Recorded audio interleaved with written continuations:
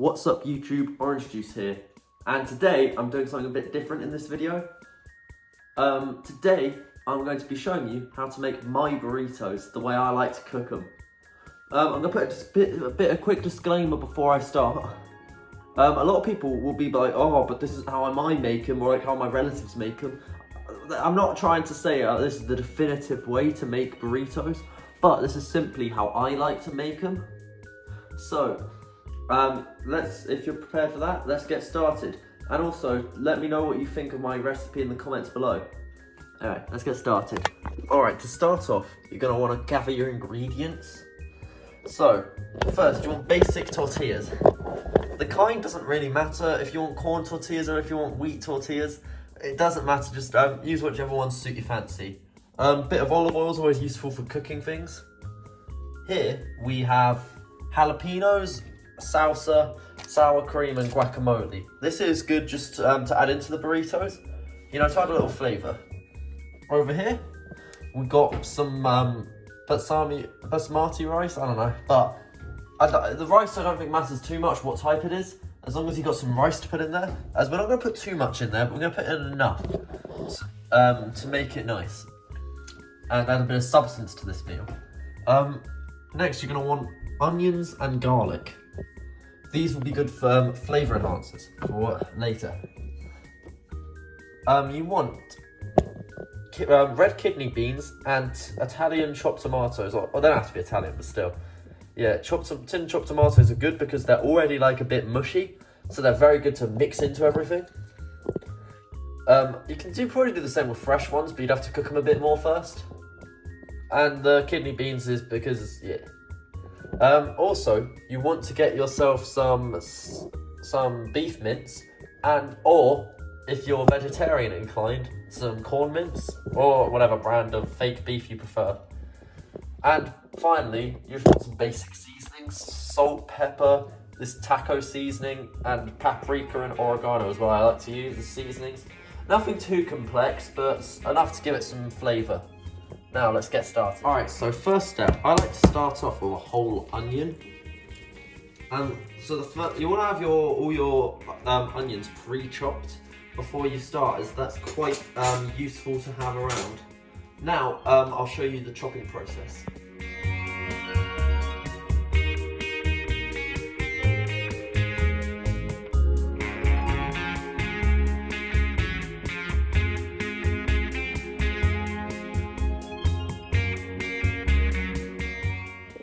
Alright, so you're going to want to start off by applying some heat to all this, because that's the key ingredient to get it to cook, because that's how cooking works.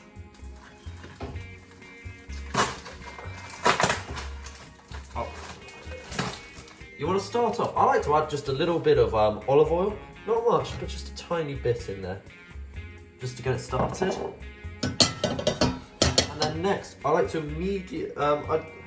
I like to leave this to, oh, for God's sake. Next, once you've got some oil in your pan, you want to get your freshly chopped onions, and you just want to put them in there. You want to put in the onions first, as the onions take the longest to cook out of all the ingredients. Here you can see I'm making two separate mixtures, as I'm serving for vegetarians tonight as well as meat eaters. But usually you only have to do one. Half an onion will suffice for the proportions I'm doing, but you may want to adjust the measurements for how you cook and how many people you're cooking for.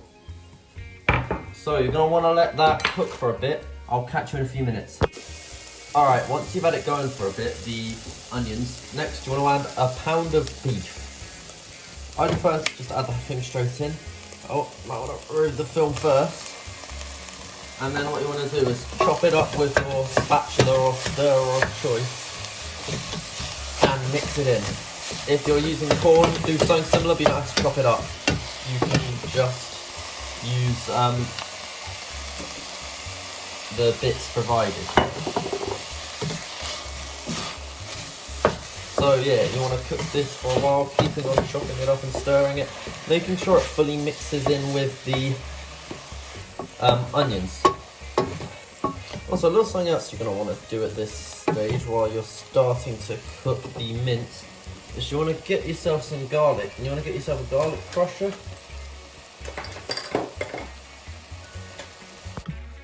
I like to add a clove of garlic to the mixture. Just adds a little flavour to the whole ordeal. Plus, everyone likes garlic, you know. There's a saying I came up with, which is never trust someone who says they don't like garlic, because everyone likes garlic. It's one of the key ingredients to cooking well. And also, here is like when I like to add my general seasonings, such as a little bit of salt, not too much, you don't want it to be too salty. Bit of pepper.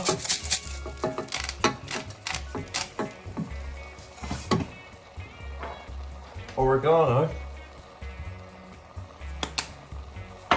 Paprika.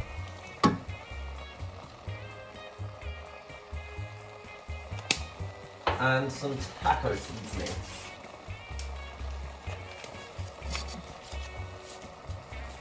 I usually use about half a packet. That's usually enough for what I need. And then make sure to fully mix it in. The juice from the beef will be enough to make it work. And if you're doing two at once, make sure to repeat that for the next one. Alright, now you've got all the dry ingredients fully incorporated. Next, I like to add a whole tin of chopped tomatoes. Or at least half a tin, I don't know, I'll see what works and then I'll let you know.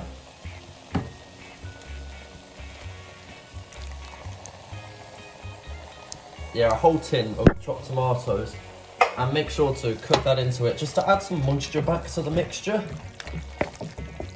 Make sure to fully mix it in, just to give you a good look at that. And it will add some tomatoey flavour, and make sure to do that to both. Alright, once the tomatoes are fully incorporated into the mixture, next you're going to want to grab some kidney beans. First thing I like to do, I'm not sure, is drain out a bit of the liquid from them. As not the beans themselves, you don't want to over liquid the mixture. Otherwise it'll make it a bit too sloppy, and you'll find out later why you don't want it to. I like to add about half a tin of kidney beans to the mix. Not too many, but just enough, because you know they like beans in Mexico, and we like beans over here. So yeah, make sure to do that, mix it in, and I'll catch you on the next step. Alright, so we're getting onto the end process. What you want to do is you want to get a frying pan. This isn't fully hot yet, don't worry, don't touch your frying pans, by the way. You want to place on top a tortilla. What you want to do is you want to heat up the tortilla, not so much that you make it go like crispy or whatever, but enough where it becomes a bit more malleable. It's like when you do a warm-up before a workout. It's kind of like that, but with the tortilla. So make sure to warm that up, then I'll catch you at the next step. Alright, so you want to start with your freshly heated tortilla. And you want to be quick with this, but you don't want to rush it. So I like to start with sour cream. Make sure to spread that round. Then next, I like to apply the guacamole. Make sure to spread that as well. Don't be afraid to cross-contaminate. It's fine, it won't kill you. So make sure to do that. Then I like to add some salsa to the mix. You know, because we all love salsa. Make sure to put that on top. To add a little heat to the equation, what you want to do is you want to get yourself some chopped jalapenos and just apply them liberally on top. This will add some heat to the mix. Then I like to get some rice. I use microwave rice, it's fine. People are scared of microwaves nowadays, but like, it's fine. It just saves you time. As long as you cook most of it manually, it's fine. As long as you're only using the microwave to assist your usual cooking and not relying on it entirely. Just cook that, it's very hot. Anyway. Once you've got I probably should have crushed that up a bit more before sticking it in, but you've got your rice. Then you grab your big thing of filling you made earlier. And you get a good amount. Try not to get too much liquid in there, otherwise it will spill out. But just get a good serving of your filling that you prepared. Next, I'm going to teach you how to fold your burrito properly. What you want to start with is do that.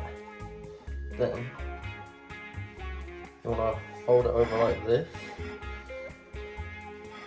And fold this bit over.